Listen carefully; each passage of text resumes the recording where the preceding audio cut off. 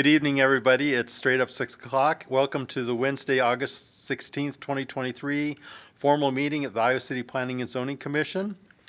For minute purposes, those in attendance are Quellhorst, Hench, Craig, Townsend, Wade, and Elliott.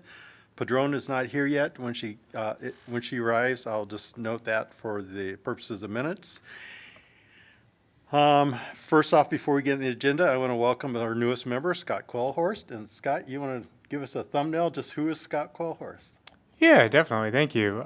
So my name is Scott Quellhorst. I'm from Iowa City. I went to West High and then got my undergrad and law degrees at University of Iowa.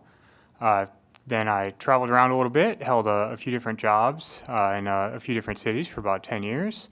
And then my girlfriend and I just recently decided to move back to Iowa City and bought a house in the Longfellow neighborhood.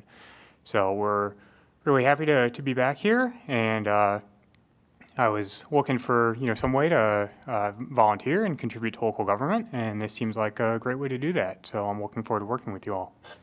Outstanding. Well, thank you for volunteering and welcome aboard. And if there's ever anything we can do, feel free to reach out to any of us. We're all fairly friendly people, most of us. Be happy to do anything we can to get you oriented. Yeah, definitely. Thank you. You bet.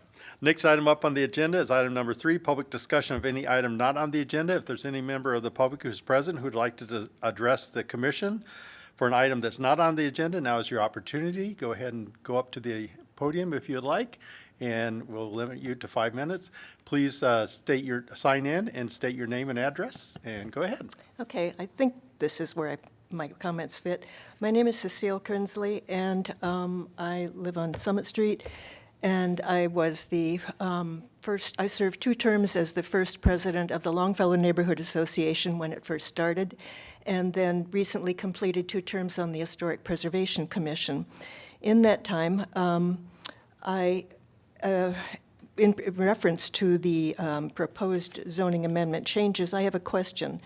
In the last 20 years, the city has supported neighborhood stabilization programs such as the university program and created a design review process for new infill properties.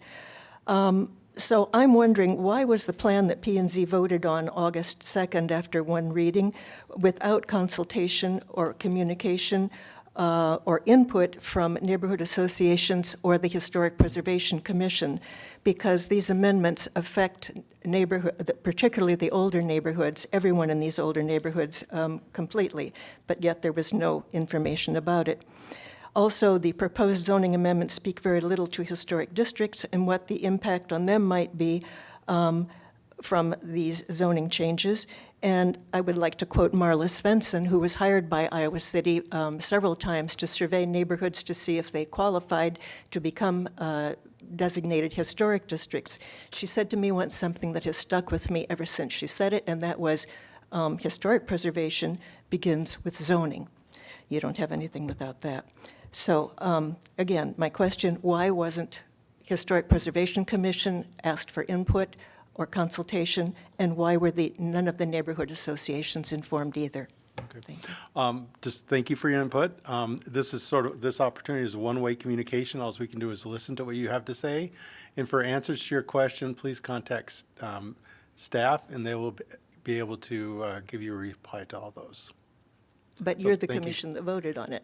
But it's not a give and take opportunity. It's just for us to hear what you have Okay. to say, and then staff can get back to you with the answers to All right, those thank you. questions. Thank you very much.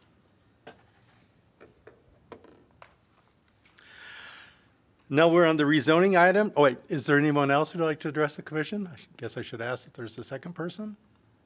Second call? Seeing no one, we'll go on to item number 4. This is rezoning items. This is case number REZ23-0006. The location is 715 North Dodge Street. This is an application for rezoning from medium-density single-family residential with a historic district overlay to OHD/RS8 to designate the property as an Iowa City historic landmark. Ann. Thank you, Chair. Ann Russett with Neighborhood. Sorry, I'm sorry. I'm sorry I was late for the minutes. Yeah. Maria is here now. I'm glad that, yeah, Maria Padron is present. Thanks, Maria, I forgot. As the chair mentioned, this is a proposed application for a rezoning to designate a property as an Iowa City historic landmark. Here's the location of the property. It's located at 715 North Dodge Street. This property is already within a historic district. It's a contributing property to the Brown Street Historic District. You can see it's RS8 with that historic district overlay. The reason that we're considering this today as a local historic landmark is that it was the original location of the Emma Goldman Clinic. And here's a couple pictures from the 70s that show the location. So even though this property is already protected, it's within one of our local historic districts, the purpose of this landmark designation is to really share the story of feminist healthcare and the history of Emma Goldman Clinic. And they are going to be celebrating a 50th anniversary this year. Here's a couple photographs of the home.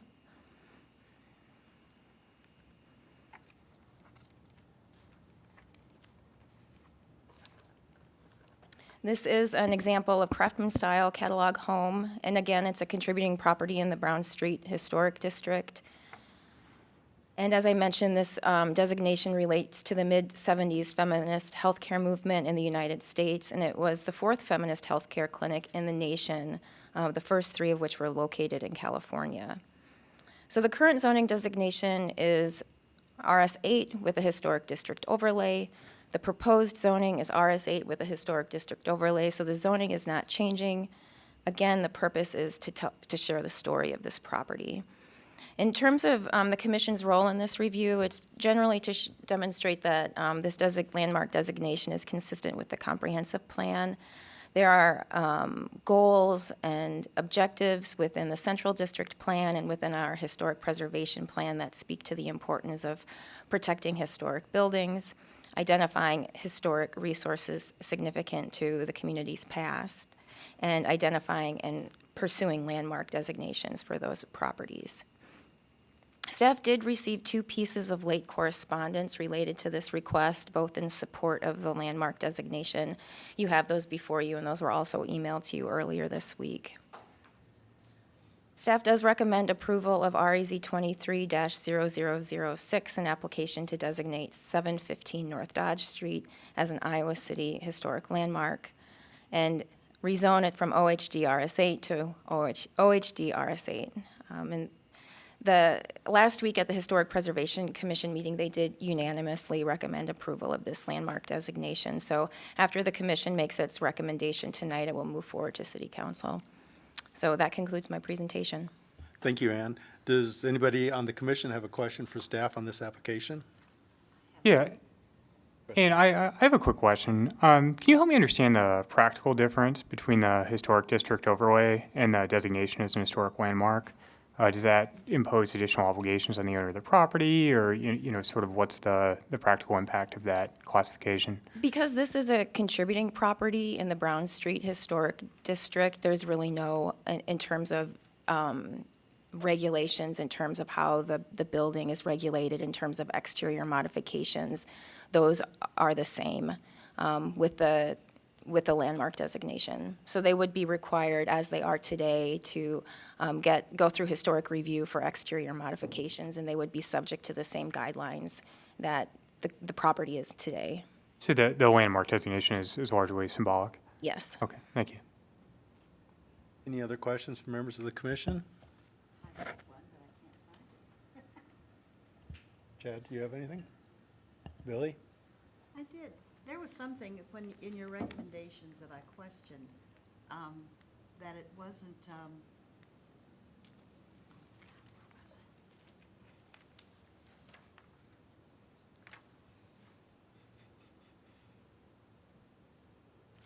Must not have been important. All right. I'm sorry, we can't hear you. Couldn't hear that. I didn't say anything. There was something I wanted to ask. There was something in the notes that said that about the historic. There was something about the historical designation for it, and that it didn't apply to the history of it. And then when I read it, I thought, why is not what they've done there historical? but I was looking back through, I thought I'd marked it in my pages, but I did not. So I guess I can't ask the question. All right. Any other questions? Maria, Susan, Maggie? All right.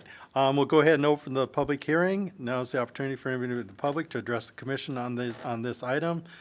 Please limit your comments to 5 minutes or less. And if we can have a representative from applicant representative. So if anybody from the Historic Preservation Commission, they'd be the applicant. Is there anybody present from the Historic Preservation Commission? Because there's two applicants, the City of Iowa City and Historic Preservation. Seeing none, we'll just open it up for the public hearing. So when you come up, please sign in, state your name and address, and you'll have 5 minutes, and I'll time everybody when they're speaking. And I'll give you a courtesy reminder when your 5 minutes is up. I won't start the time until you start speaking.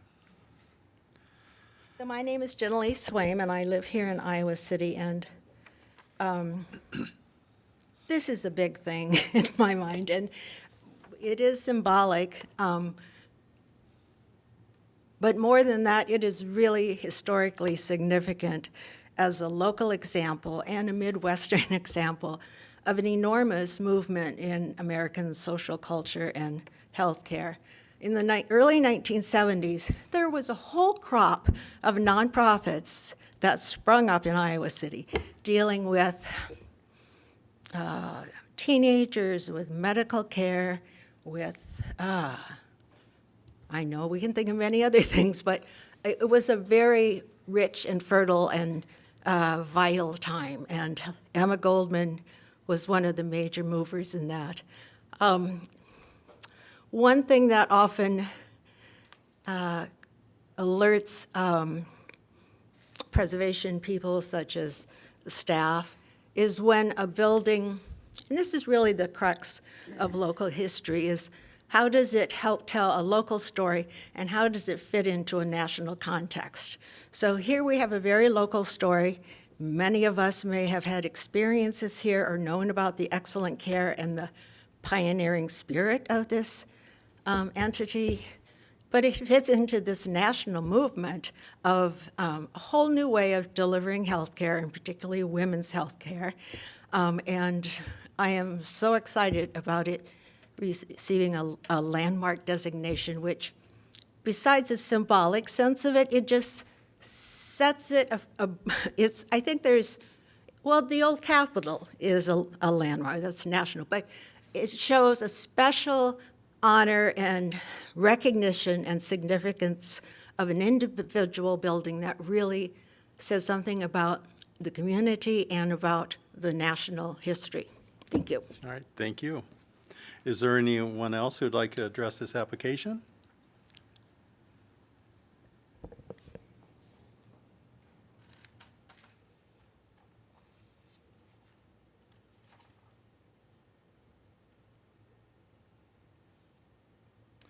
Hello, I'm Kevin Boyd. I'm the former chair of the Historic Preservation Commission, but I'm no longer on the commission. At my last meeting in June, I talked about the importance of telling a more full history of Iowa City and making sure that we preserve and share parts of Iowa City history that reflect our values and our community as it is today. One of the historic preservation work plan goals is identifying opportunities to highlight Iowa City's history as a leader on social justice, racial equity, and human rights, and preserve the stories and structures that help define that history. This nomination fits that objective, as well as the others that Ann highlighted. This is a project that got started before I left the commission. It's an opportunity to add a uniquely Iowa City story. The story of these founders, radical college-age feminist badasses who 50 years ago this month were preparing to open the Emma Goldman Clinic to shift the power dynamic in healthcare. As I researched the history of the Emma Goldman Clinic for this project, I was really in awe of these founders and what they were able to accomplish together and how radical it really was. And yet, how relevant that this fight for women's healthcare remains today. The founder's story, along with the property at 715 North Dodge, which is now a residential home again, is so much a part of the history, deserves to be among the properties listed on the list of Iowa City local landmarks. I urge you to support this landmark nomination.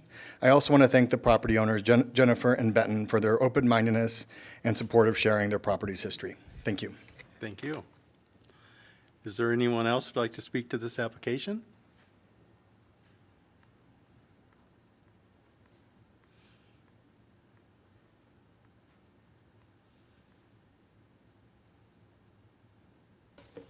My name is Susan Chalo. I'm here representing the Northside Neighborhood Association Steering Committee, and I just want to say we heartily endorse this recommendation, and we want to thank both the Historic Preservation Commission, this commission, and all those involved in the nomination. We are extremely proud that this landmark is located on the north side, and we're very pleased that the property owners also joined in endorsing this recommendation. It's is indeed a major piece of history, and we hope that people can remember it for many decades to come, thanks to the action you're taking here today. So thank you. All right, thank you very much. Anyone else like to speak?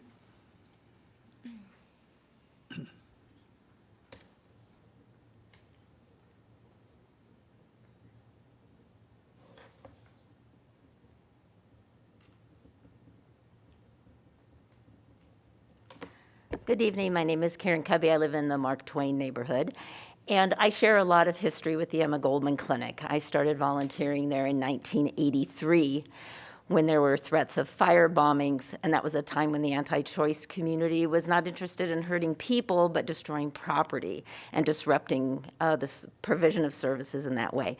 So as a younger woman, I would stay up all night at the clinic, and we would move around a lot so they could see that there were people inside. So the clinic has really, at this point, is a very important landmark nationally because now it is the oldest clinic, feminist clinic in the country. So some of those California clinics are no longer providing services. And so there is that nexus between the local importance of this form of healthcare and the specifics of the organization that is not only a healthcare provider, but a public educator, and needs to do a lot of political education as well. So I was very privileged to be the director there for 10 years. And there's going to be a reunion in September, so I hope you'll see some of those community events that are available, panel discussions and movies at the film scene. That the property owners are supporting this, and it clearly meets the criteria that the city has outlined for such a designation.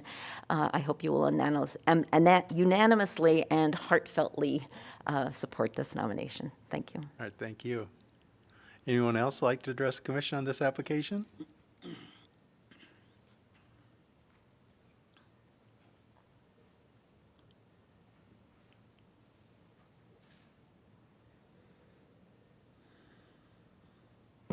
Hi, my name is Regina Bailey. I live in the Goosetown neighborhood. As Karen and Kevin mentioned, the clinic is getting ready to celebrate its 50th anniversary. This will happen over Labor Day weekend. Karen mentioned some public events that you might be interested in, especially as we think about the history. There will be a movie at Film Scene. It's a documentary at 3:30 on Sunday afternoon. It's called From One Place to Another, and it was made at the 20th anniversary. And it talks about an organization that starts out as a collective. Now, you're all probably very familiar with boards of directors and that kind of organizational structure, but think about people getting together, meeting, consensus-based decision-making to start a clinic. And they started this shortly after Roe v. Wade in 1973. In September, they were opening up a clinic. So even in that collective spirit of meetings and getting together, in 9 months, they launched this, the fourth feminist clinic in the country. And so it's a real notable history. I mean, you mentioned that it's symbolic, but as Jenna Lee says, it's more than symbolic. It tells a story, an important story, about feminist healthcare and about women doing something, because women's history isn't always something that we tell. Those aren't the stories that I heard growing up. And so as Iowa City, we can join together and tell this story by designating this landmark. Thank you. All right, thank you. Anyone else? Good evening, everybody.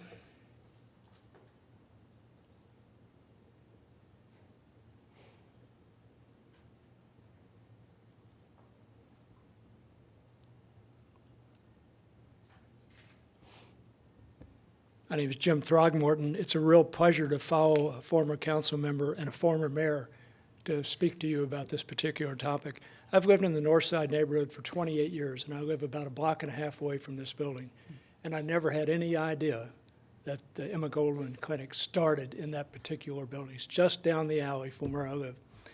So it was a real treat to learn about it and discover that these young women got together back then to create this clinic and to do what they did. And then to discover that, 3 Molotov cocktails were thrown at the building at one time at least. So it shows the power of stories, right, Regina? Where are you? Yeah, absolutely shows that power. And if we don't know what happened, we can't begin to know who we are. So it's a real joy to be here and support this. I want to praise Kevin Boyd for proposing the idea. I want to praise the owners, Jennifer and Benton, for enthusiastically supporting the idea. I want to praise the Historic Preservation Commission and praise Ann and the rest of the planning staff for proposing it. Thank you. Anyone else like to address the commission on this application? Second call? Anybody would like to go for a second time around for a 2-minute limit? I want to thank everybody for their comments. I just learned something from every one of you, and I really appreciate that, so thank you. So seeing no more public comment, we'll close the public hearing. Could I have a motion on this application? Move to approve? Got a motion by Second. Elliot. Is there a second? There's a second by Craig. So we have a motion and a second. Discussion. We'll start since Maggie, you made the motion. Do you have any comments? I echo what everybody who came to the podium said, and I appreciate you coming up and sharing the history and your support. Susan? You know, I came to Iowa City in 1970, and my high school counselor cried because I was coming to this den of iniquity. And she wanted me to go to a Christian girls' school in Missouri that had 300 people there, all women. Anyway, I love Iowa City for many, many reasons, and the Emma Goldman Clinic is one of them. Any other comments by commission members? I strongly support this. I strongly support this, but is it too late for me to ask Mike one question that I was going to ask earlier? Go ahead.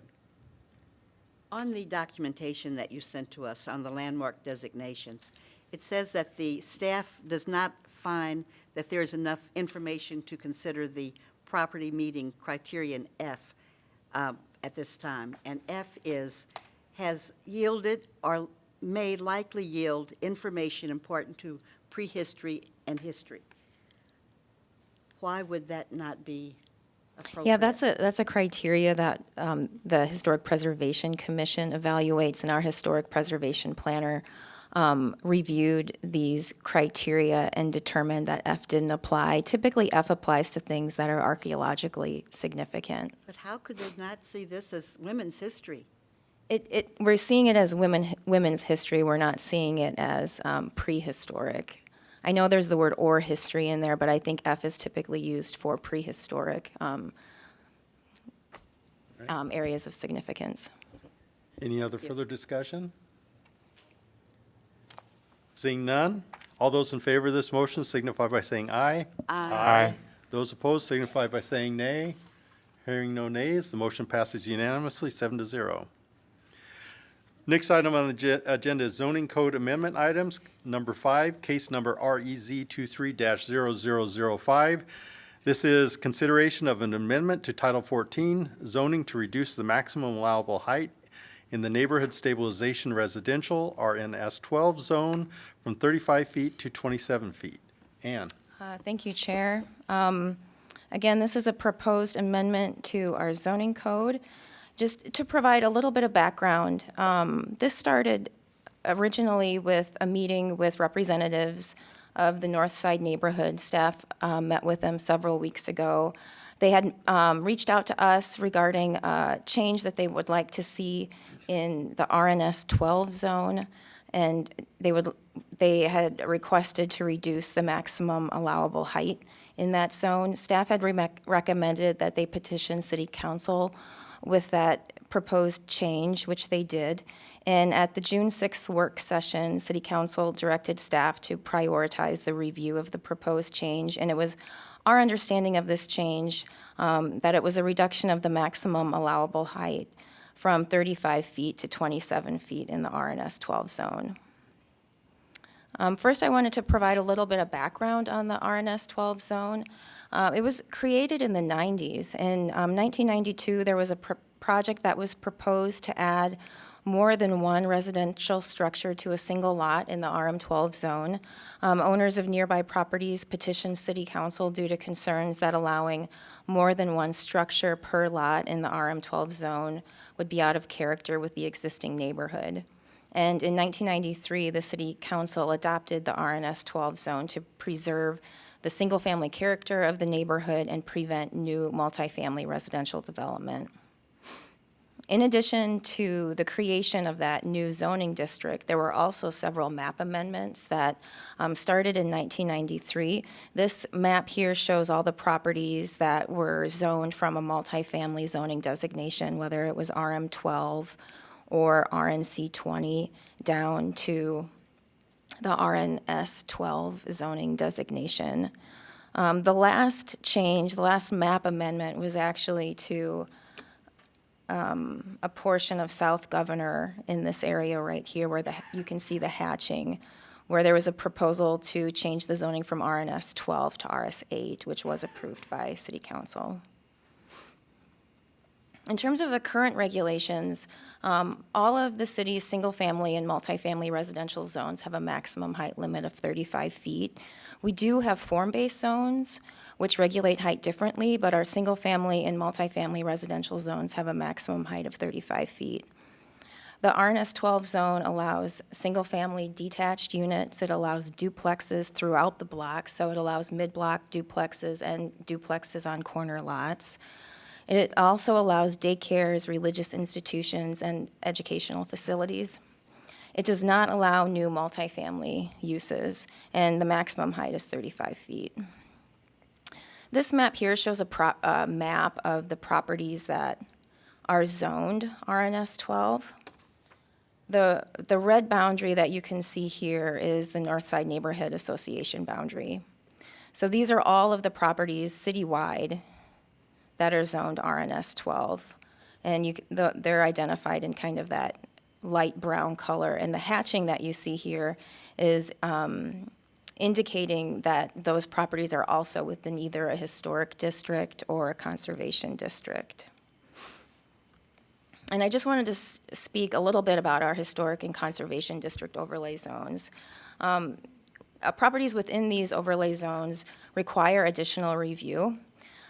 Properties are subject to the guidelines adopted in the Iowa City Historic Preservation Handbook. The maximum allowable height within these overlay zones is 35 feet, just as it is in the base zoning district of RNS 12. However, the handbook does include specific guidelines related to height and mass. Specifically, it states that new structures must be 1.5 or 2 stories in height in the north side neighborhood. New construction and demolitions must be reviewed and approved by the Historic Preservation Commission.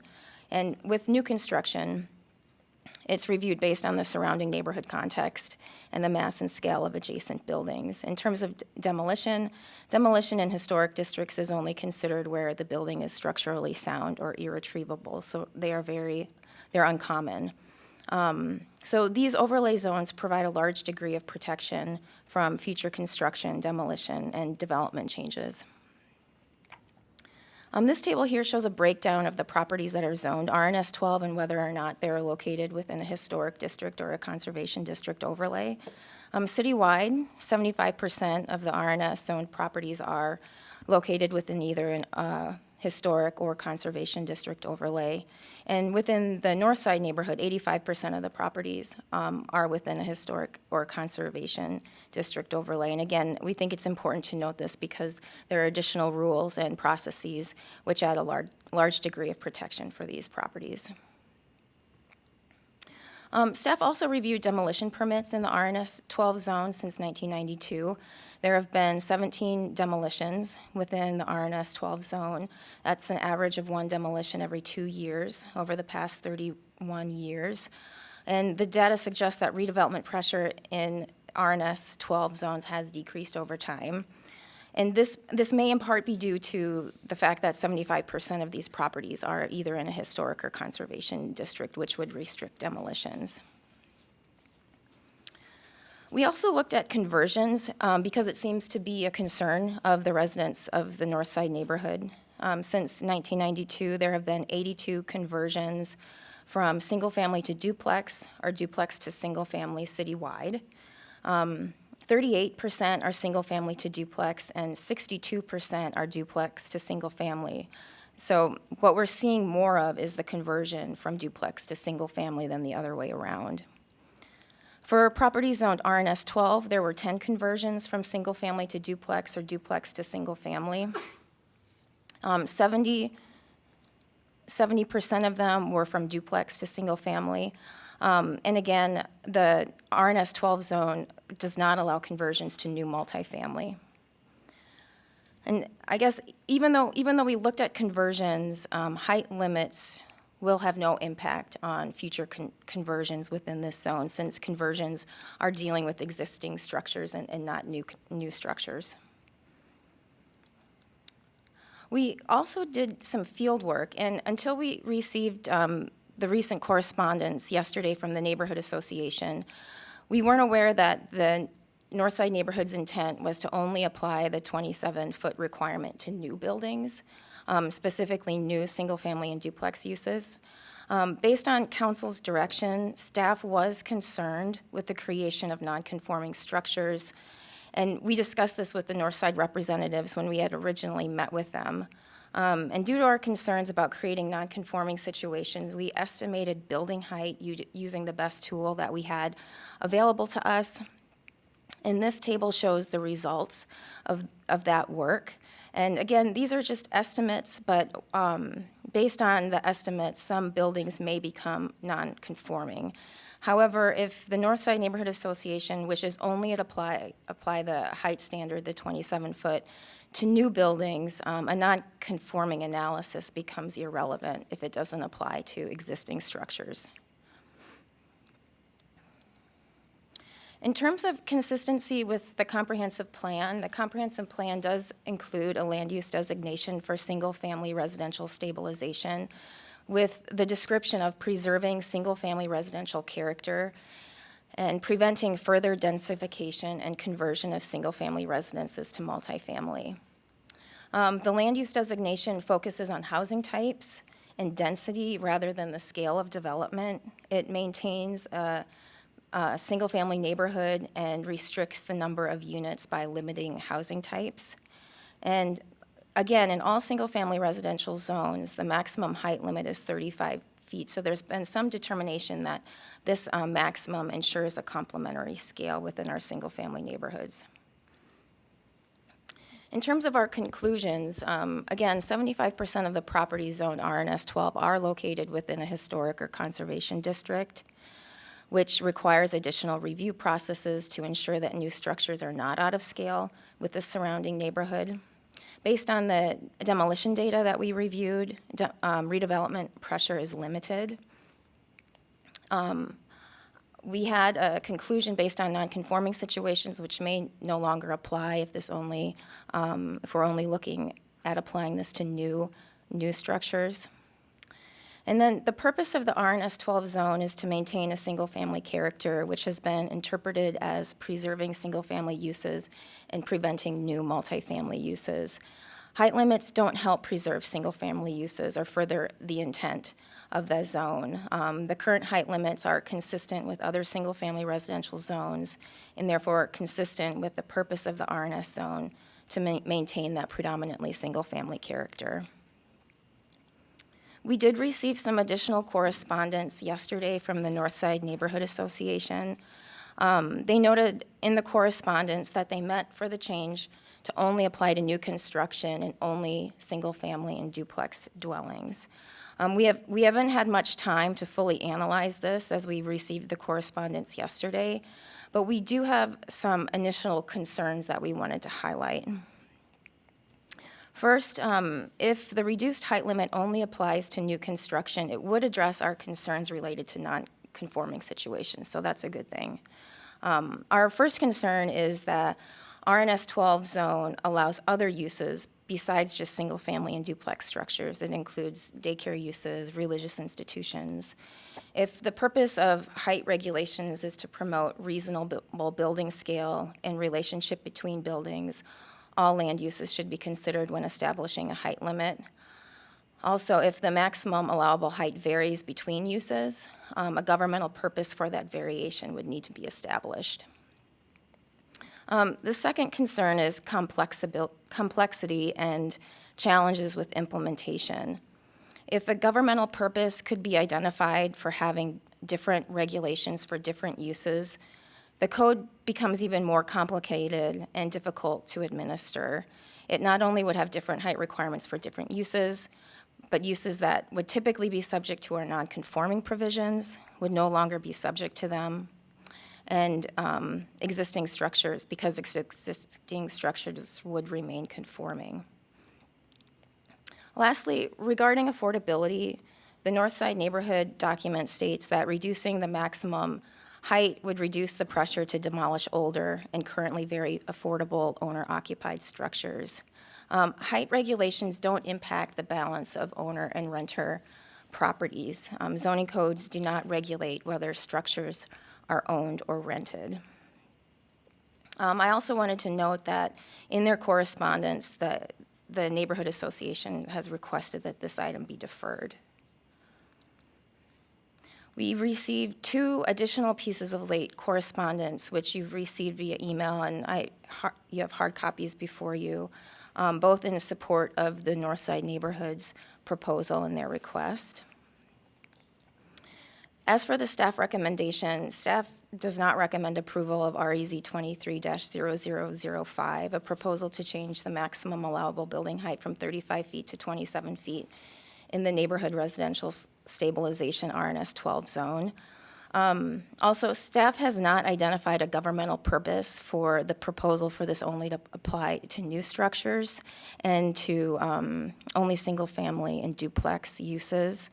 If the commission wants to recommend approval, they would need to identify what that governmental purpose is for regulating height differently for different uses.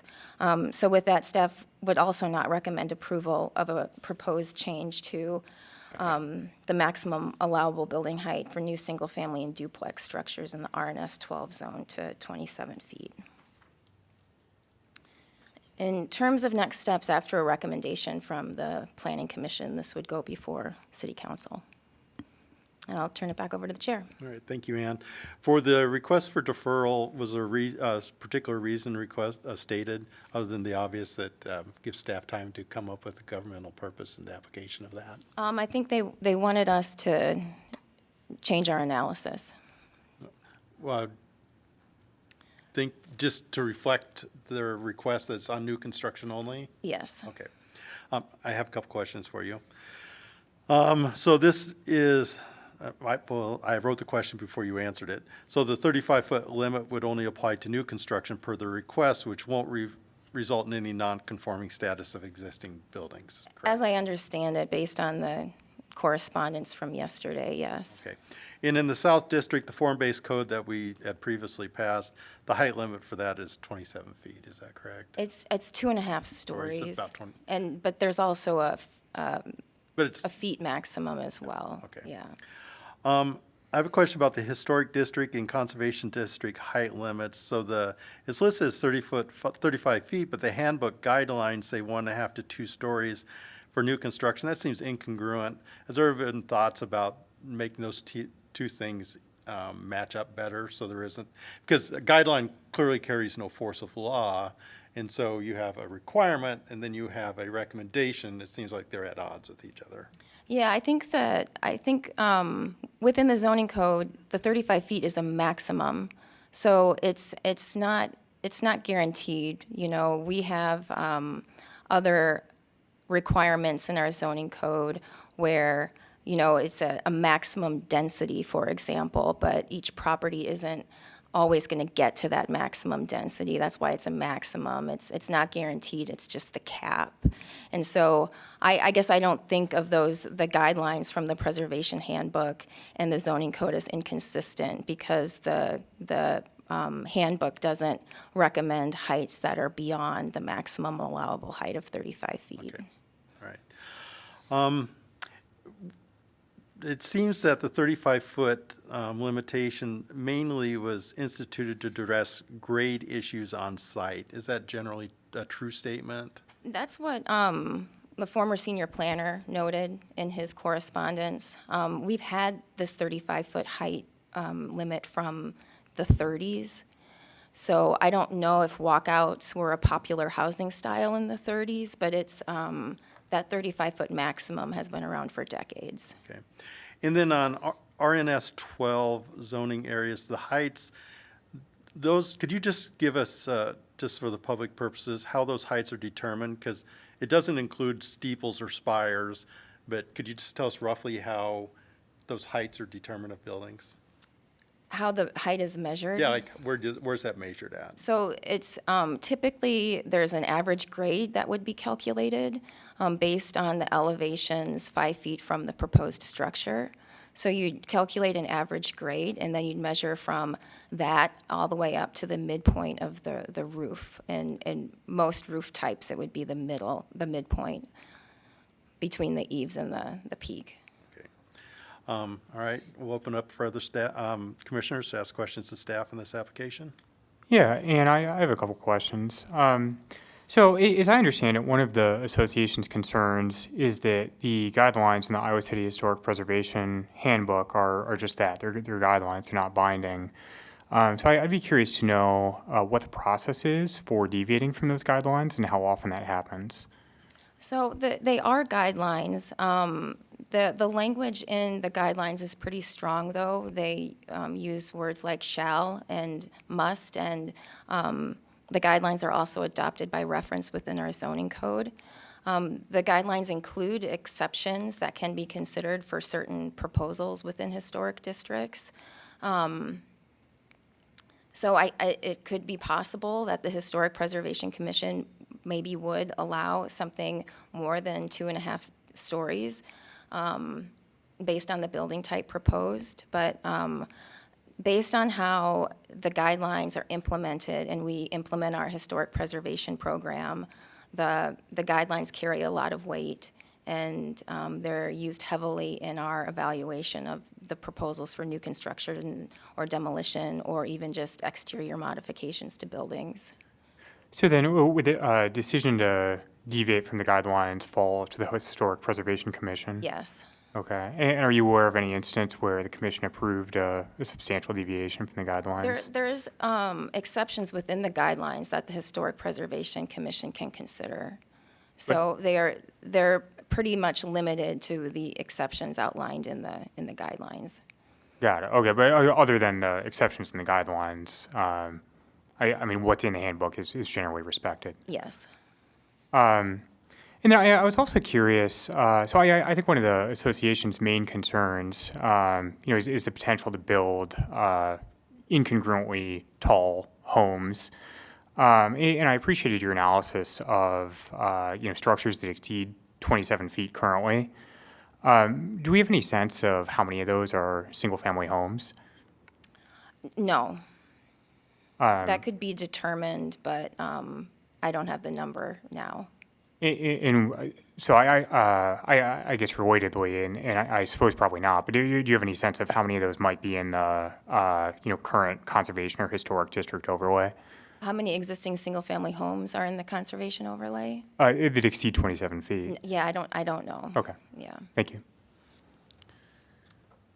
Maria? Susan? Nope. So one of the issues is a different height for different uses. Could you just have a rule that says 27 feet is the maximum height in RNS 12 and not specify the use? Yes. Yes, you could do that. And what would be the implications of doing that? Well, the implications would, this was our original concern, because we thought that was the original request, is to make it a 27-foot requirement. And it would be the creation of non-conforming situations. Okay, so you're just saying for new. You could do that, and then our concern related to kind of the complexity of how we regulate height and it only applying to new structures and only applying at certain points in time, like when the ordinance is adopted. All new structures are now 27 feet, but previous ones would be conforming. It gets a little bit more tricky to implement. But also, I'm sorry, I have a comment related to that. You said that in that zone, RS 12, was it? There are, someone could make a church, right? Someone could build a church. A church, yes. So then if we say no more than 27 feet for everybody, and someone wants to build a church, the church would not be able to be taller than 27 feet. Correct. Billy? Chad? Just a quick question. Do we have any other examples or mechanism where, other than bringing current to code, that we introduce like a new restriction based on a new building has a new height restriction than the existing structure, so we treat structures differently within the same zoning? So are you asking, do we have different height? In other parts of the code, are there situations where we regulate height differently based on use? Well, like in this example, if they're looking for, on new structures, there's a new threshold of 27 feet, existing retains 35. So I guess I answered my own question, because essentially any code, this would be a code change overall for RNS 12, right? So anything going forward would fall under that 27 or less, regardless of usage. Yeah, if that's the direction the commission wished to go, yeah. Any further questions? Seeing none. I know there's a request for deferral out there, but since we have people in the audience here, let's go ahead and open the public hearing so we can get feedback from everybody, and then we'll entertain a motion how to proceed after the end of the public hearing. So we'll open the public hearing, and is there anyone who'd like to address this issue? And even if you've already spoke, if you'd please just identify yourself again, please. Yeah, I'm Susan Schlow. Again, I'm a member of the steering committee of the Northside Neighborhood Association. And Ann, thank you for pulling this up. We're going to kind of truncate our plans because it's obvious you all spent some time reading our initial proposal, and we really appreciate that. But I'm going to just do some quick slides here to refresh your memories of some of our main points. I'm going to do maybe 8 of those, and then we're going to pause it. Ann and Jim Throgmorton's going to come up and talk about some of the staff objections. He will also address the request for deferral. And then my colleague Sherry DeGraw has some additional illustrations that I think will help you understand how those buildings are measured, which is it's not an initial thing that you would figure out without being an expert. Anyway, that's a little off, but yeah, so title slide, easy. And I thought that our initial proposal had made clear that this was for new residential structures, but maybe we weren't clear, so I apologize if that kind of felt like it came from left field. So this is really about new infill in RNS 12 districts, and specifically the north side, which we really support as long as that infill feels appropriate, and particularly today when this is a hot topic for all of us, when it can create affordable housing. But we also want to preserve and strengthen the character of these neighborhoods. And to quote the plans, infill development that is compatible and complementary to surrounding neighborhood and creates a healthy balance of rental and owner-occupied housing in all neighborhoods. So let's go to the next slide. I'm not sure why we're... Can we do something about that? Can you reduce the size? We have such pretty pictures. I'll keep going, Ann, if you fuss with it. So this is just, what's wrong with these structures? I'm sorry, I can't edit it and keep it going at the same time. Okay. I'm not sure, I apologize, I don't know why it's not fitting on the screen. Okay. We'll just keep going, and you'll have to use your imaginations, I'm sorry. The next slide addresses what our first objection to the 35-foot height, because it was our understanding that this height limit was initially designed for structures on slopes. Can you go to the next slide? And for walkout basements. Next slide after that. But there are few, if any, sloping lots in the north side or these other RNS 12 districts. These are older and flatter areas of town. So it's kind of a moot point for us, and again, raises the question of why 35 feet is allowed in these neighborhoods. Next slide. We believe that this negatively impacts affordable housing because it gives an incentive to developers to convert existing single-family structures and to demolish them and replace them with larger structures with larger occupants. We've seen this happening before. We've got some examples in the north side of smaller, older houses being replaced with large single-family, unable to sell. Now they've become rentals. So we're just concerned about that development pressure. And even though it's true, and thanks for your research about the number of demolitions that have happened in recent years, I think we all know that past performance is not always a predictor of what happens in the future. So that's a concern for us. And the next slide just repeats some of these points we've made about driving up property values and making these neighborhoods less affordable.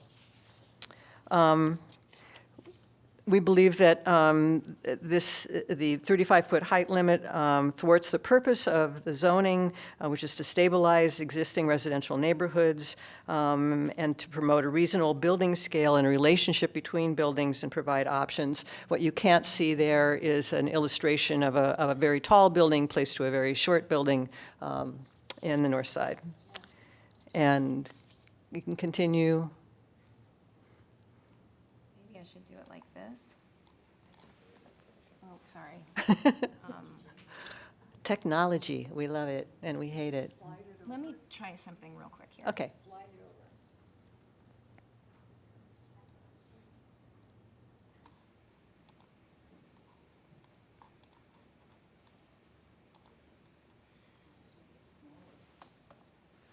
is going on?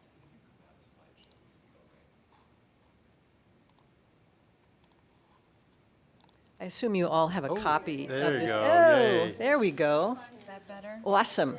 Yes. Okay. And Oh, and here we are. And since we had the technology issues, I'll give you another minute. So. That's all right. That's all right. I think Jim has more important things to say. But yes, there's an example of a structure that doesn't really allow for light and air between buildings. And next slide. And we've done some research on the north side, and it's clear the buildings in the north side are overwhelmingly 1, 1.5, 2, and 2.5 stories. We couldn't find any 3-story buildings on the north side, and few of the other buildings approach that 35-foot limit. So this really, 35-foot buildings would be an aberration in this part of town. We feel that it's out of character of the neighborhood, and it may make the neighborhood less attractive at a time when the city is hoping to bring more people into close in and to patronize schools like Horace Mann. And then let's go to that next one, and then we're going to pause for a while. We also believe that this 35-foot height limit in new construction of residential violates many of what city is saying in its comprehensive plan, its strategic plan, about wanting to preserve central neighborhoods and the character of those neighborhoods. So we're going to leave it there, and then I'm going to, if it's all right with you, invite Jim to come up and talk a little bit more about some of the points that Ann and her colleagues have been making. Thanks for your time. Thanks, Ann, for figuring it Perfect out. timing. Yeah, so just to remind you, my name's Jim Throgmorton. And let's see, what I want to do is focus attention on the staff's report and our response to it, because we have several concerns about it. The report, in our judgment, makes a few key mistakes and misjudgments which lead to inappropriate conclusions. First, we did not petition the City Council to consider reducing the maximum allowable heights in the RNS 12 zone from 35 to 27. Those numbers are all right, but that's not exactly what we petitioned. Our request focused exclusively on reducing the maximum allowable height for single-family and duplex residential structures in that zone. Had the staff invited us to consult with them, I know they're busy, so I don't want to make this sound too critical, to consult with them before writing their report, this distinction could have been clarified and any other errors corrected.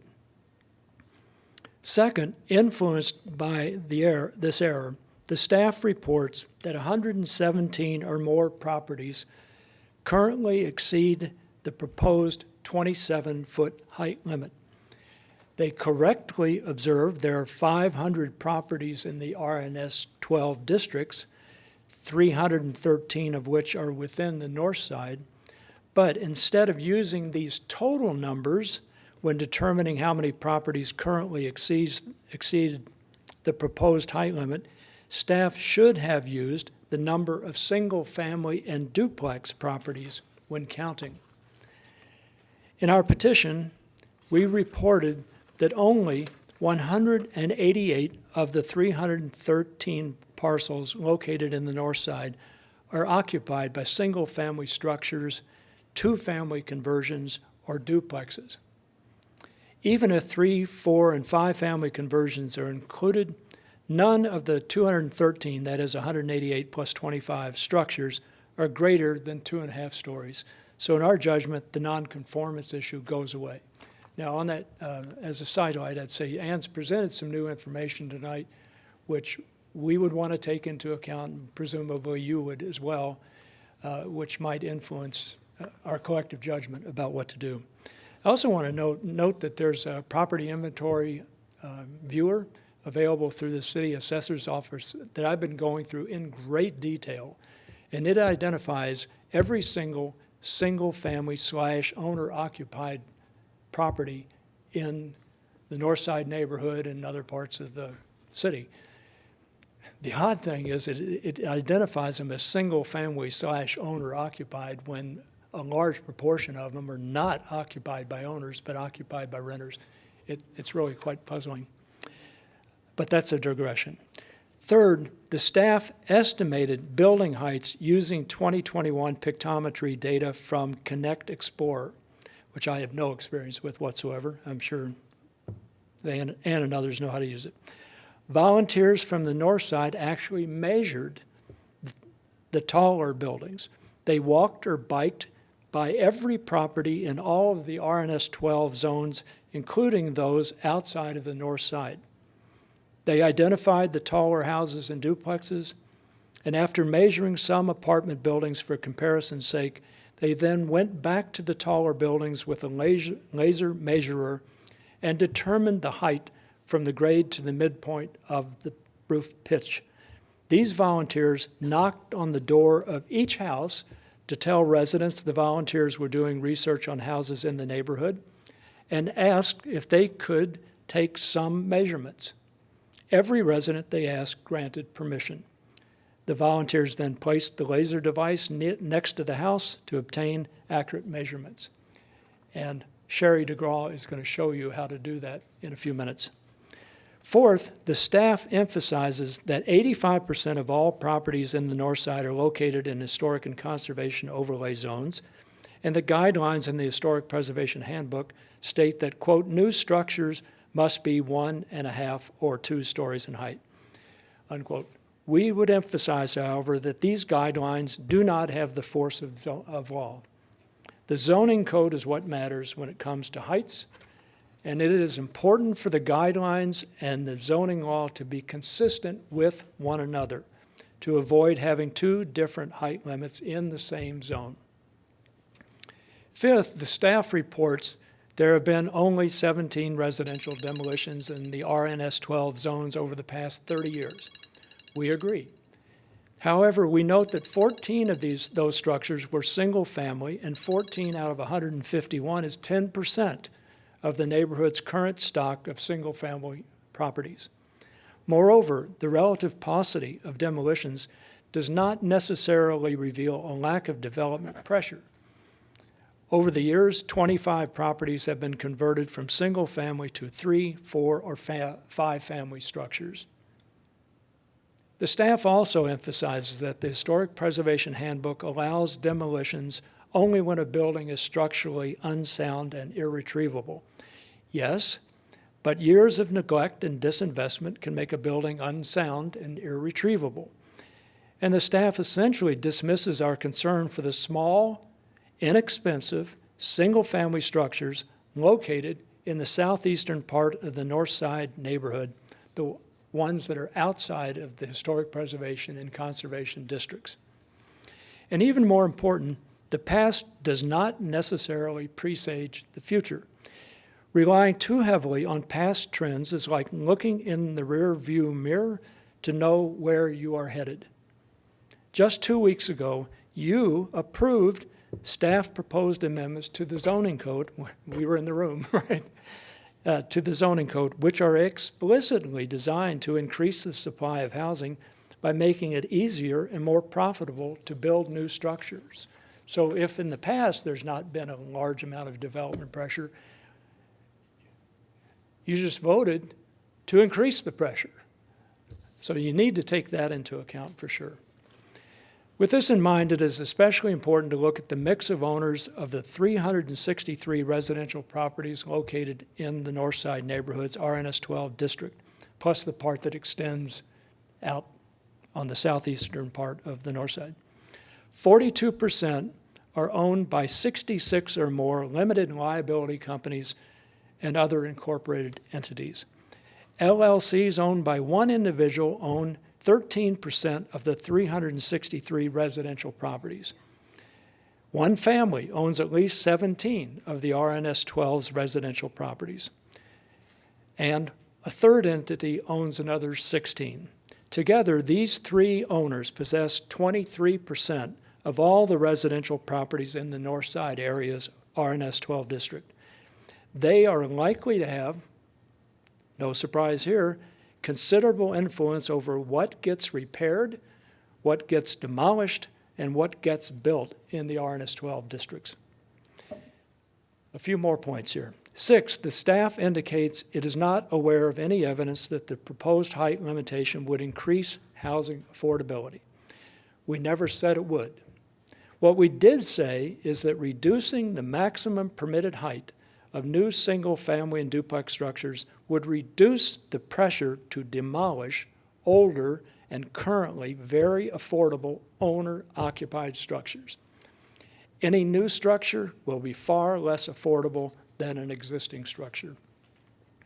7th, the staff states that the existing 35-foot maximum height is consistent with all single-family and multifamily residential zones in Iowa City.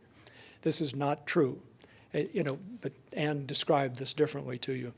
The form-based code for the South District limits heights to 2.5 stories, or 30 feet at the peak of the roof, essentially 27 feet to the midpoint of a sloped roof, which is what we're asking for.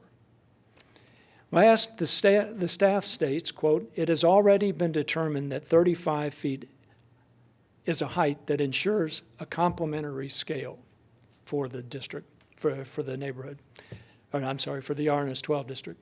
We disagree.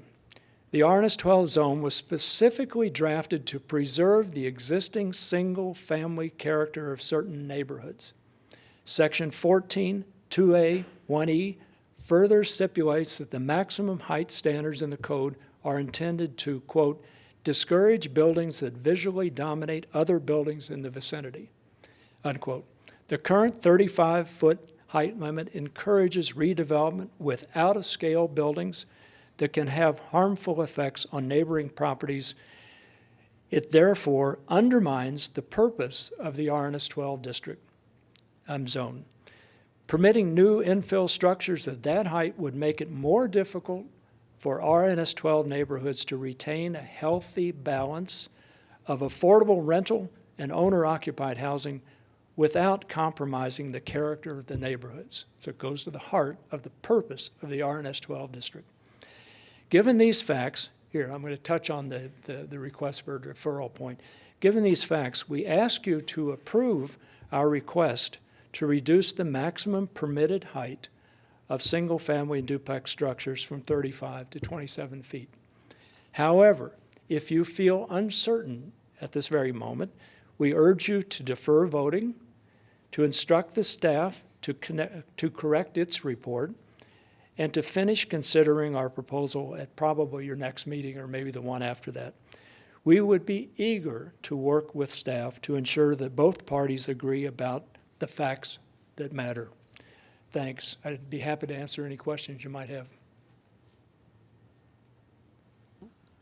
Thank you. Sherry, are you up next?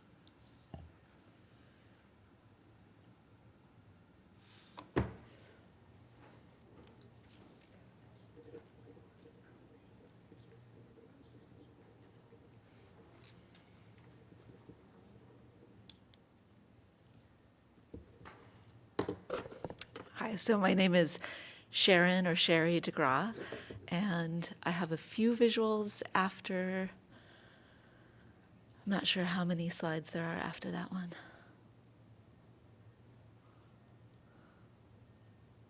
Okay, so not the color one, but the one that's all text before it, yes. So in their response to the NNA's height change request, staff expressed concern about creating non-conforming situations.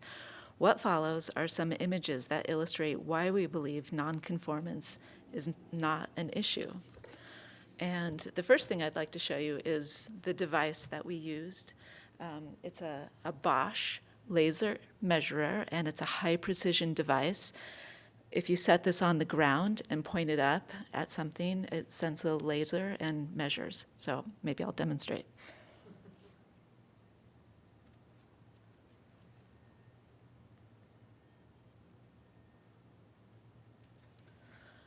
Right here it says that from the floor to the ceiling, it's 15.49 feet in, inches. Okay, so, whoops. And then it's fine to advance to the next slide.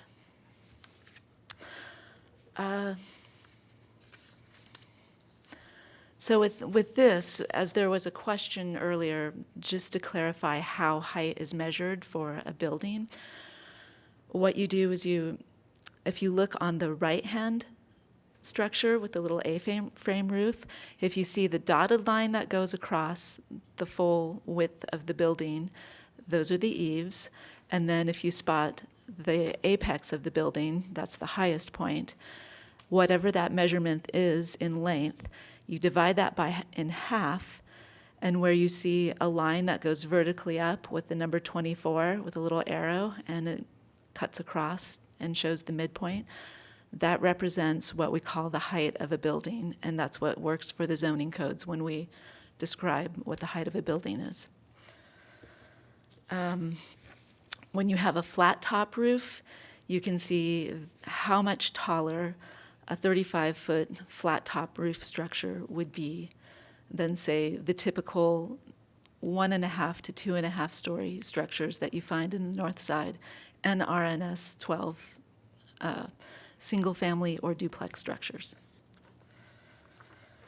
And it's fine to go to the next. And so basically what I'm showing you is if 27 feet seems constricting and making things too difficult, no, it's really not. There are very many tall buildings that are single-family or duplexes already existing in the north side, and our proposal is just to talk about single-family and duplex for infill. So with this, it just demonstrates that you can build a tall building. The measurement at the eaves is 27 feet. It's fine to go ahead. This is a duplex on Jefferson Street on the 900 block, and it's relatively new construction. This new duplex on Jefferson Street is 31 feet to the peak. It's about 27 feet at the midpoint, but we do not have an exact measurement. If the basement level was sunk a little more, this would fit better with its neighbors. The slide also demonstrates that under the current 35-foot height limit, this building would be much taller compared to its neighbor. And you can see it's significantly taller to the building on the left. Next. and this is 225 East Fairchild. This historic house on Fairchild is one of the tallest that we could find in the RNS 12 zone. The main part of the house is 27 feet tall to the midpoint of the gables on the front, the back and sides of the house. But there is a pyramidal shaped roof that goes up a bit higher, so the house would likely exceed the proposed 27-foot height limit. However, this is not an issue regarding nonconformity, as the zoning code allows historic structures to be rebuilt to the previous design, even if they are totally destroyed. And then next. Believe it or not, this is a single-family house. This large addition to a house on South Lucas Street is slightly exceeds the proposed 27-foot height limit. Even so, it's not clear that this would be non-conforming, because height is measured based on average grade. Regardless, we ask if this would fit into a neighborhood, an RNS 12 neighborhood, or a neighborhood you'd want to live in. The duplex on Fairchild Street is quite large compared to its neighbors, which itself is a large house. It is 35 feet tall at the peak, but less tall at the midpoint. Because of the odd roof line, it's difficult to give an exact height for the zoning purposes, but it appears that even this large structure complies or comes close to the 27 feet proposed height limit.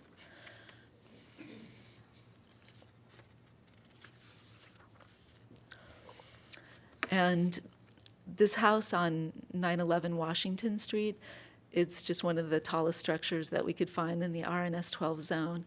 And because it's multifamily, it would be exempt from the request that we have.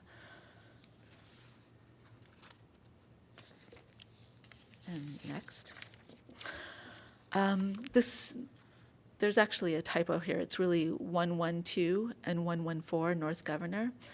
And this is new construction that conforms with the height request that we have, and it looks good and is appropriate for North Side or RNS 12 zones.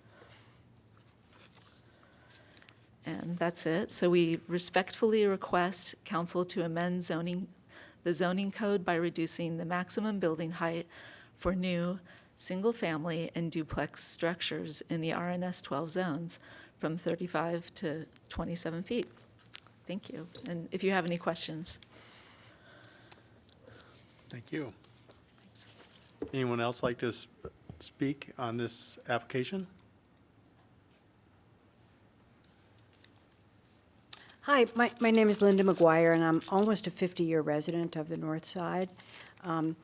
With the North Side Neighborhood Association got started when we successfully prevented a helipad from being on Mercy Hospital in 1989, and we're hoping we don't have to fight that one again.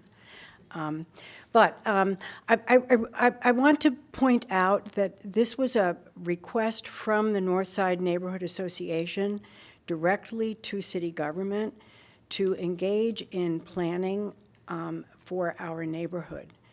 And we really appreciate the staff having to step up and do it on an expedited schedule. But I want to make 2 points. First of all, that I think that the objective measure of 27 feet is really good when you consider that many of our lots in the north side are 40 feet wide. If you lay me down 8 times, that's how wide our lots are. And so what we're asking is that that especially in the middle of the block, that we don't put up needle structures. The other consideration is what we call single family. We cannot put occupancy limits in our houses, but what are called single family houses in the north side are packed with as many renters, many of them are, as possible, which drives up the value of the lot. And so therefore, if they're demolished, the lot itself, there is a connection to affordability. And it's a complication that is way beyond what we're talking about right now. But my main point is the fail-safe that the staff has said, that we already have existing processes to regulate heights in our neighborhood, is insufficient and painful and expensive. If we have to, every time there is a proposal to put something in, fight the height requirement of 35 feet because it doesn't fit in the character of our neighborhood, that's an expensive process for neighbors, for staff, for commissions. I did a fight like that next door and had to go to the Historic Preservation Commission to keep a demolition, 319 North Van Buren Street, or is it 219? I can never remember how many processes there are for that. So what we're asking is the beginning of a form-based code in the north side with height requirements. So I would support the Northside Neighborhood Association's proposal for height requirement. And if you must defer, please understand that we are approaching you to come up with some approach that for planning for the inevitable development in our neighborhood that preserves affordability, walkability, access for elders, families, whatever. And it's a complicated process, and thank you for your service and our consideration. Thank you. I don't see a place to sign in anymore. Somebody might, Sharon took the list, it looks like. I kind of got you, except for that. All right, good. She did it. Anyone else like to address the commission on this application?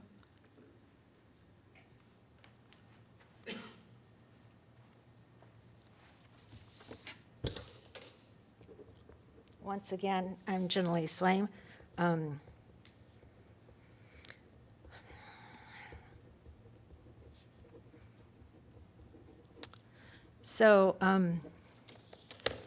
For several years, I was a member of the Historic Preservation Commission, which has participated in the city's past planning efforts regarding downtown in the Central Planning District. But tonight, I'm a board member of the local nonprofit Friends of Historic Preservation, and we encourage you to support the Northside Neighborhood's proposal to amend the height standards for RNS 12.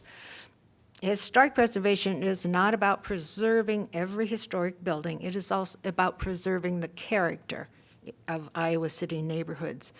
Even preservationists acknowledge that not all buildings can be saved, repaired, or salvageable, and may be replaced with newer structures. However, when that happens, the new buildings should be compatible with their neighbors. New buildings should not be so tall as to lord over the existing streetscape. We have all seen, in many places, streets in neighborhoods where a new building lords over as I said, the streetscape. And I hesitate to use this phrase, but actually where a taller building sticks out like a sore thumb. Taller buildings interrupt the rhythm and the scale of nearby houses that are of consistent height, and they diminish the sense of time and place that appeals to so many people.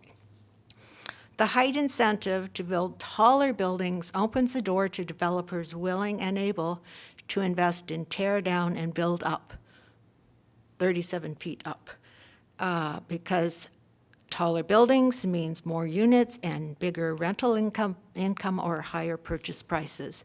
In turn, such a strategy decreases the number of smaller houses that are affordable to homeowners. Where then does this leave the residents who call these neighborhoods home, the residents who choose not to or can't afford to tear down and build bigger, who appreciate the consistent scale, who depend on a good supply of older housing stock, and who enjoy the natural light that could be blocked by taller buildings? As you know, the city established RNS 12 to conserve an area for folks who want to live within walking distance to downtown. The city has other areas, South Gilbert and south of Burlington, for taller structures. The north side, whether the parts in a district or those that are not in a district, is the largest older neighborhood in Iowa City, and many consider it the core of older Iowa City. Why not then be proactive about protecting this older neighborhood, whether it's in a historic district or not? So here's the question. Don't properties and neighborhoods in the north side that are not in a district, don't they deserve the same considerations for quality of life to those that are in districts that are subject to guidelines? Perhaps you've heard the expression, the greenest building is the one that's already built. Here's one reason why. A building 60, 70, or more years older was built by lumber from old-growth forests. It's denser and more durable. Tearing down houses means that this still valuable old-growth lumber ends up in the landfill. Hardly a climate action goal. Thank you. Thank you. Anyone else?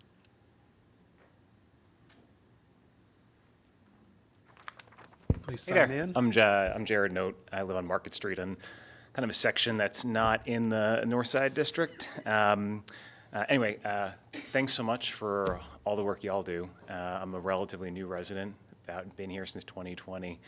And I think what I was like most compelled about this particular proposal was less about the character in terms of the physical character of the neighborhood. I'm sure that's important to some people, but for me, it's really about the community and the character of the place. And one of the things that's so attractive to me about this particular space is that there are so many different types of people and family settings and communities. And part of that ability to preserve that community and equity, I think, is to have these diverse, sometimes littler buildings that allow people to find a place that is affordable. And families, as an example, change. People either have divorces or perhaps they get widowed, and finding space within that same community so kids can stay in schools continuously is, I think, an important part about having a vibrant, diverse community, and that makes Iowa City so special and makes that neighborhood so special.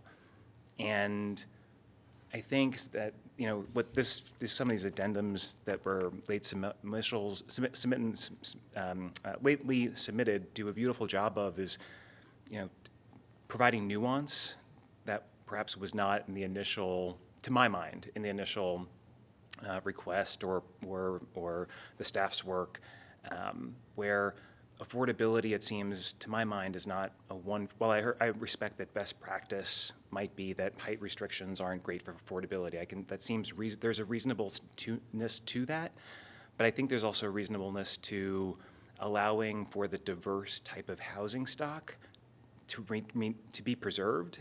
And part of the way of making that preserved, as others have said more eloquently than I, is to reduce an incentive to redevelop in a way that is not going to force folks out because they can no longer, you know, afford to rent a home that has either multiple rental folks in it and so forth. So I think as you're doing the hard work of contemplating this pretty complex, it seems like relatively simple in some ways, but in some ways there's a lot of complexity here. I just ask that maybe as you're figuring out like what would be helpful to preserve some of the community and the diversity of the community and sustainability of the community, you'd consider perhaps how this height restriction might disincentivize the type of redevelopment that might force folks out who might otherwise want to stay in that community. So thanks again for all the work you'd all do. And Jared, could you sign in? Yeah, of course. That way we make sure your name's spelled correctly in the minutes.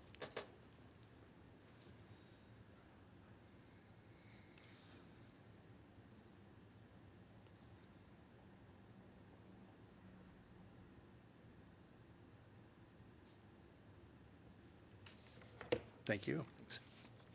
Anyone else like to address the commission? Kevin Boyd. I love local history, so I'm going to talk about history for a second here. Tonight we meet in Emma J. Harvett Hall. I think many of us know that she was the first woman to become mayor of Iowa City. But what we may not know is it took 37 years for a second woman to become mayor. Again, Thelma Lewis. She was the first mayor to govern in this chamber, right? So she sat right where you are and wielded the gavel for the first time. Thelma, more than anyone else in Iowa history, is the reason we have professional staff, city staff, rather than political appointees. She co-chaired the campaign, and I suspected most of the work, to get the referendum passed to get the council manager form of government and secured professional staff here in Iowa City. She was ready to retire from her term on council, but the anti-council manager forces were running a slate of candidates, and this time her seat would be the critical seat on the council, kind of overriding the referendum. Thelma knew that she was a strong enough candidate to win again, and she did, securing for a second time the professionalization of staff and the council manager form of government. At the end of her term on council, Thelma gave a bit of a farewell address to the Pilots Club in the ballroom at the Hotel Jefferson.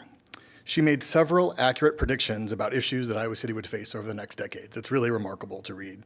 Thelma, the first woman who first secured and then saved professional city staff, shared a vision for how staff and the city would work with this new kind of professional staff that was growing in size. She believed it was important for citizen groups, neighborhood associations, groups who cared about things in the community would come together with a thoughtful proposal, bring it to the city staff and city council, and partner with the city staff to find a workable solution. That was her vision, the vision of the woman who was responsible for having professional staff here. And so, she in that ballroom reminded future decision makers in Iowa City that the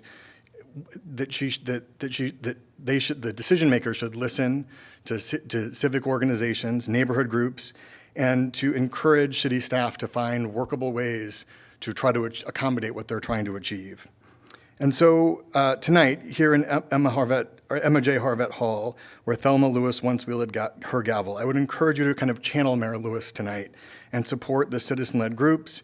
And if you are concerned that there's some details in here that still need to be worked out, channel her some more and encourage staff and the neighborhood association to come together to find a reasonable solution and defer until that time could come. So I appreciate it. I love sharing history, and an opportunity to do that happened again tonight. So thank you. Thank you. Anyone else? Second call? Seeing no one approach, we'll close the public hearing. Is there a motion from a member of the commission on how they'd like to proceed on this item?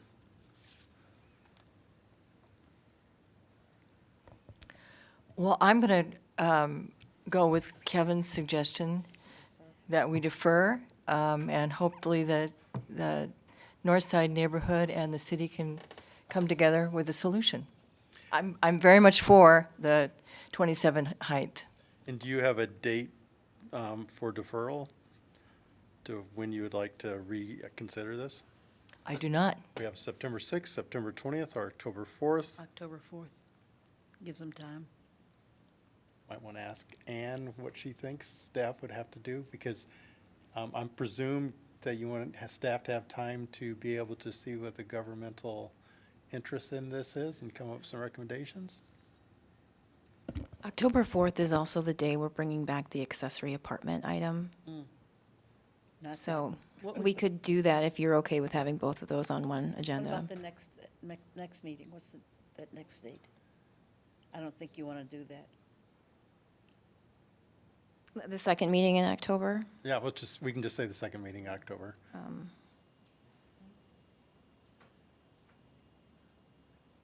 Yeah, I think that's fine. Okay. I don't think we would need more time than that. Maggie, is that your motion? Yes. So we have a motion. Is there a second? I second. We have a second by Zach Townsend. Discussion? Scott? Yeah, I'd like to make a couple of points, maybe some things to consider during the deferral process. So I'd really like to thank everybody, because it's clear that you all thought very hard about this issue. Staff put together a very detailed and conscientious report And the Near Neighborhood Association also, obviously put a great deal of effort into their submissions. And, it's evident that they care very deeply about historic preservation, which is something that's very important in the strategic plan as well as the central district plan. It's also something that I can relate to living in an 1880s house. That said, I think one thing that would be helpful to me to understand is how effectively the historic and conservation overlays currently function. I have some concerns about, sort of carving out a unique height limit that is applicable to a unique and limited zone that's inconsistent with height limits in other residential zones. But like I said, historic preservation and preserving the integrity of Iowa City's neighborhoods is also vitally important and, is a priority in the strategic plan. So to that end, when, we defer and the association works with staff, I think it'd be helpful to understand, both how effectively the current historic preservation scheme is, as well as, whether there are any sort of alternatives to this sort of limited height carve-out for the RNS 12 zone that we might consider that would get us to the same place. And in particular, the two things that I would have in mind would be strengthening the provisions that underlie the historic and conservation overlay zones, or, perhaps adding additional properties to those zones if we feel that it's appropriate. Any further commission discussion? I guess I'll just say, I appreciate everybody coming. I appreciate all the correspondence on it. I guess my position is, I think it's demonstrated to this point, all the overlays are performing their goal or entire intent, as demonstrated by new developments. The new developments are kind of fitting within the goals of the existing neighborhoods. So introducing a new complication or a new special consideration, I guess just got to make sure that overall that makes sense. And also in speaking to look in the rearview mirror, I'll be curious on if this lower height restriction was in place generations before, what would the neighborhoods look like now as a result of that? The neighborhoods we enjoy now might not necessarily be the same neighborhoods if generations before implemented that. Further discussion? I think I do not support deferral, and I also wouldn't support reducing the height. I think Ann made very good points, and reading the staff report, I think to me 35 feet wouldn't affect the human scale of the neighborhoods, and mainly when I read the last point, that the current height limitation is consistent with other single-family residential zones. Susan? I share some of the feelings that others have already expressed that, we've heard from the North Side neighborhood, but the RSN 12 zone is actually a pretty small part of the North Side, not a small part, a significant part, but it's certainly not even half of the North Side neighborhood. And we haven't heard from anybody in an RSN 12 zone that lives outside the North Side neighborhood. And it appears from the map that there are historic protections on almost everything in the North Side neighborhood that is currently zoned RSN 12. So again, the slide started out, why do we need this? And when I saw that, I said, yes, that's what I want to know. Why do you need this? And I'm not compelled that it is necessary to do it and still preserve the character of the neighborhood, which I am absolutely in favor of. So, that's how I feel right now. All right. And I'll be voting yes on this deferral for two reasons. Number one, since there's a misunderstanding about the application of this request from the Northside Neighborhood Association, I think that just needs to be clarified, make sure everybody's on the same page. And overall, fundamentally, neighborhood integrity and character is a high priority of mine. You know, the whole city can't be taken over by rentals and profit motives. There has to be a place for people who live, who work in this community and plan to stay here and contribute and be good neighbors over time. So any further discussion? Okay. All those in favor of the motion, please signify by saying aye. Aye. Aye. Those opposed, please signify by saying nay. Nay. So we have, the vote is 6 ayes, 1 nay, with Padron being the nay. And the motion is deferred until the second meeting in October. Next item on the agenda is consideration of meeting minutes for August 2nd, 2023. October. Are there any major additions or corrections to these minutes? Hearing none, can we have a motion for approval? So move. Motion by Elliott, is there a second? Second. Second. Second by Craig. Any discussion? All those in favor of approving the August 2nd minutes, please signify by saying aye. Aye. Those opposed signify by saying nay. Hearing no nays, it's approved 7-0. Item number 7, planning and zoning information. Ann? The only thing I wanted to mention is that I had forwarded you an email from the Corridor Community Action Network, and they're hosting an event, a Community Engagement Festival on Sunday, August 27th. And they invited boards and commissions to be part of that if the commission is interested in having a table and talking to other volunteers in the community. Any updates from members of the commission? I have one. Last meeting, remember when Susan brought up about the AARP and some of their information that they had on ADUs?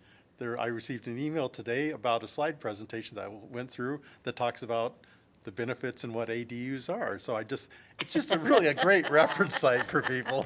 So you really tapped into something there. That's the AARP? Yeah. Yeah. Any more updates for anybody? Seeing none, is there a motion for adjournment? So moved. Motion Second. by Townsend, second by Elliott. Discussion? All those in favor of adjournment signify by saying aye. Aye. Those opposed signify by saying nay. Hearing no nays, motion passes unanimously, and we're adjourned. Thank you. Any chance we can get a little